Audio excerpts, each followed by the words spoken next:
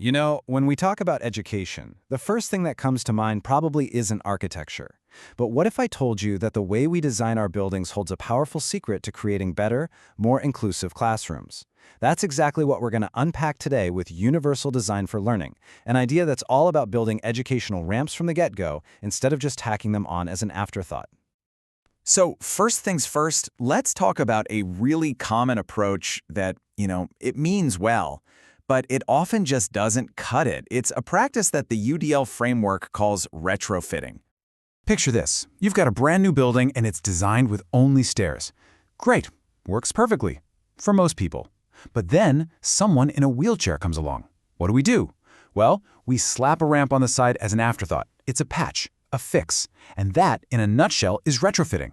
We design for the majority first, and then we adapt for everyone else later. Now here's the crucial question.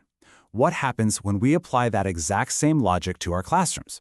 When our lessons, our books, our tests are all built like a building with only stairs? Who are we leaving behind, waiting on the curb for a ramp that might never get built?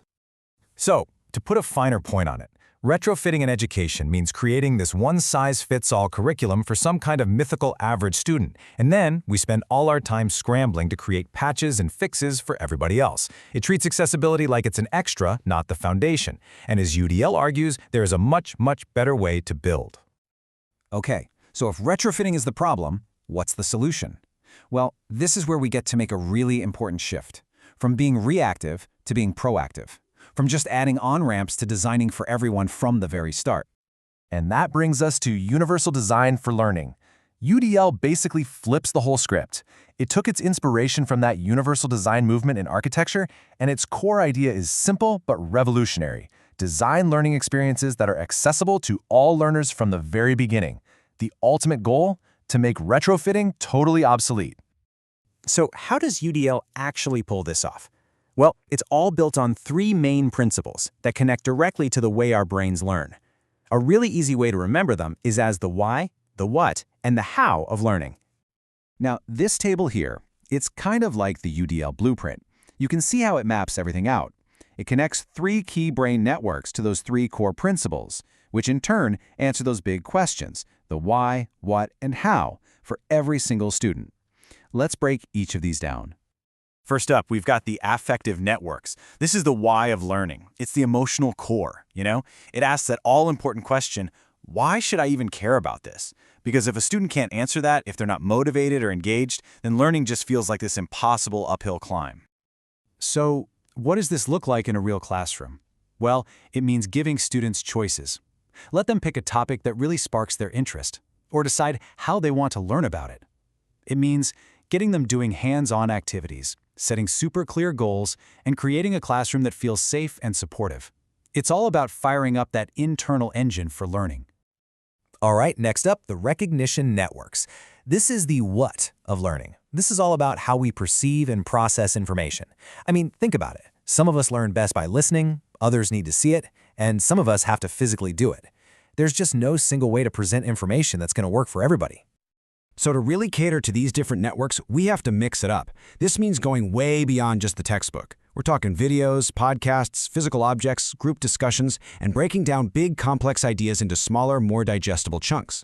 The more ways you present the what, the more students you're going to reach. Simple as that. And finally, we have the strategic networks. This is the how of learning. This is all about giving students multiple ways to show us what they know.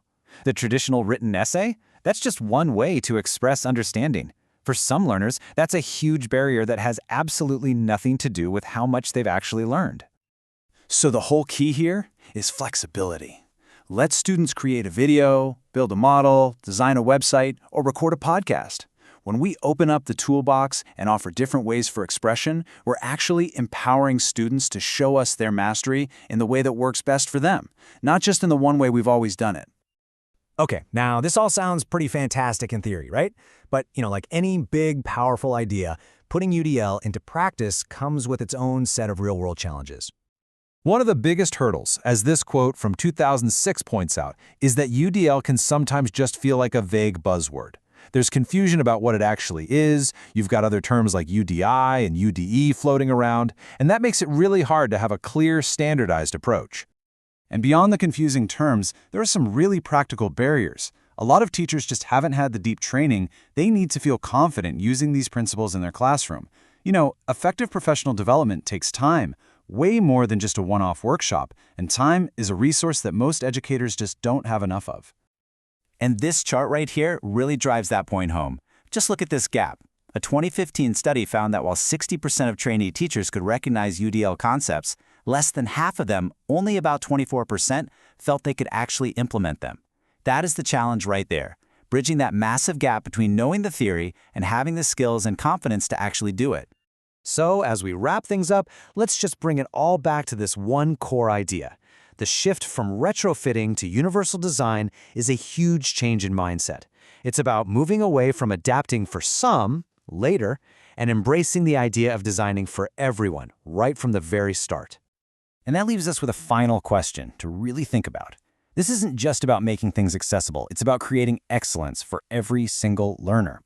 How much human potential could we possibly unlock if we made it our mission to build every learning experience with a ramp already in place, ensuring that everyone has a clear path to success?